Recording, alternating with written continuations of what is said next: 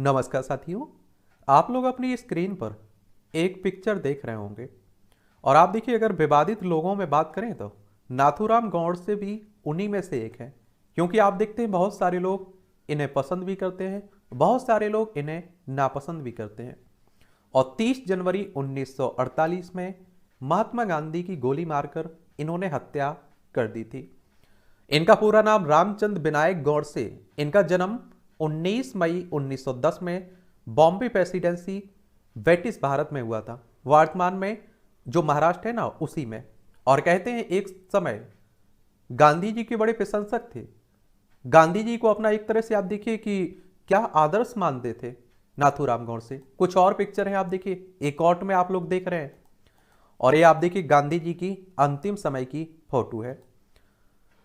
अगर हम लोग बात करें 30 जनवरी 1948 को नाथूराम गौडसे ने राष्ट्रपिता महात्मा गांधी की हत्या कर दी थी।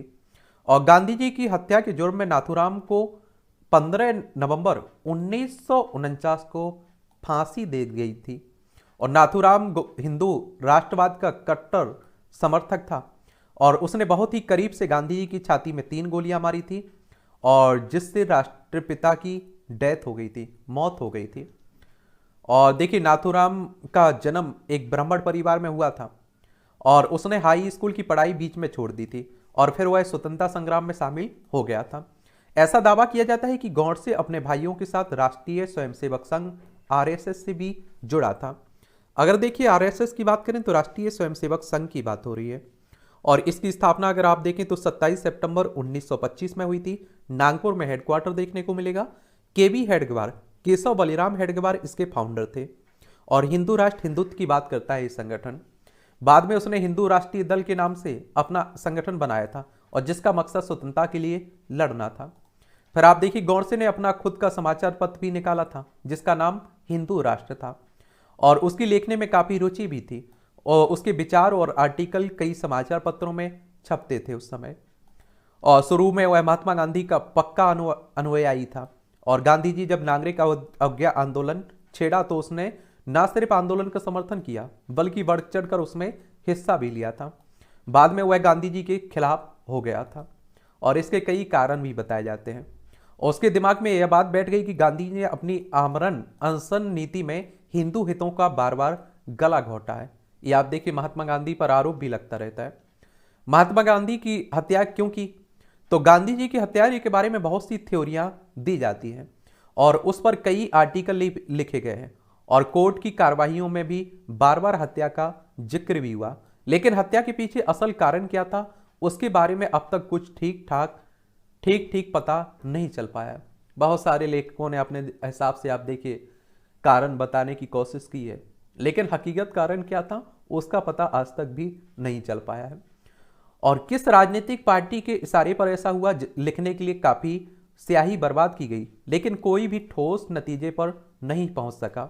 वैसे कहा जाता है कि उसने कई बार पहले भी गांधी जी की हत्या की कोशिश की थी, लेकिन वो कामयाब नहीं हुआ था।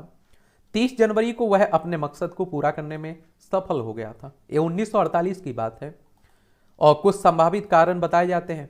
ऐसा माना जाता है कि एक कुछ कारण थे जिसकी वजह से नाथूराम ने गांधी जी की हत्या कर दी थी।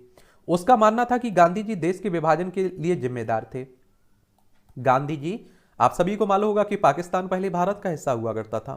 पाकिस्तान भी भारत का था और बांग्लादेश भी भारत का हिस्सा था। 1947 में भारत से अलग करके पाकिस्तान बना था और बांग्लादेश भी पाकिस्तान को ही मिला था।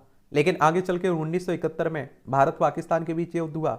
उस समय हमारे देश की प्रधानमंत्री इंदिरा गांधी थी और आप देखते हैं कि उस समय बांग्लादेश आजाद हुआ था। तो पाकिस्तान के बंटवारे के लिए जिम्मेदार गांधी जी को ठहराया था उसने। और गौडसे को लगता था कि गांधी जी ने दोनों तरफ अपनी अच्छी छवि बनाने के चक्कर में देश का बंटवारा करवा दिया। अब बहुत सारे लोग आप देखिए यहाँ एक उदाहरण भी देते रहते हैं कि मान लीजिए एक परिवार में 2 बेटे हैं और आप देखिए दोनों में लड़ाई हो रही है। शाम सुबह आप देखते हैं कि खून खच्चर हो रहा है, तो आप देखते हैं बाप के पास एक ही ऑप्शन बचता है कि दोनों बेटों को अलग कर दिया जाए। लेकिन आप देखिए फिर भी गांधी को जिम्मेदार ठहराया जाता है, क्योंकि उस समय आप देखते हैं कि क्या परिस्थिति बन चुकी थी। देश में चारों तरफ आप देख रहे हैं कि दंगे हो रहे थे, लोग मारे जा रहे थे, तो भी बंटवारे के लिए एक तरह से बात होती है। गौडसे का यह भी मानना था कि तत्कालीन सरकार मुस्लिमों का अनुचित रूप से तुष्टीकरण कर रही है और यह सब गांधी जी की नीतियों के कारण हो रहा है। यह भी गांधी जी पर आरोप लगता है और इसे भी कारण माना जाता है।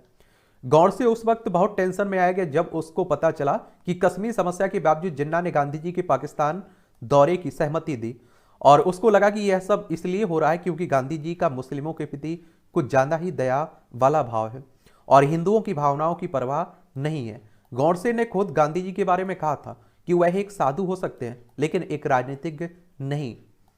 और एक यह तर्क भी दिया जाता है कि कांग्रेस के सदस्यों ने पाकिस्तान को वादे के बावजूद 55 करोड़ रुपए नहीं देने का फैसला किया था और गांधी जी चाहते थे कि कांग्रेस का वह फैसला पलट दे और उन्होंने इसके लिए आमरण अनशन की भी धमकी दी थी। गौडसे को लगा कि गांधी जी मुस्लिमों के लिए ऐसा कर रहे हैं। जो आप देखते हैं कि पैसा बंटवारे में मिला था ना पाकिस्तान को, तो उसी को 55 करोड़ रह गया था। तो कहते हैं कि गांधी जी ने अनशन किया था। बहुत सारे लेखक आप देखते हैं इस बात को नकारते भी रहते हैं कि गांधी जी ने कभी भी 55 करोड़ देने के पक्ष में तो थे वो, लेकिन उसको लेकर उन्होंने कोई अनशन नहीं किया था। तो यह भी कारण माना जाता है।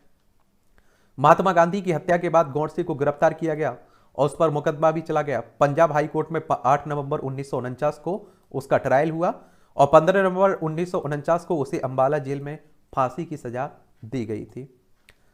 तो ये शॉर्ट कहानी एक आप लोग कह सकते हैं कि नाथूराम गौडसे की है।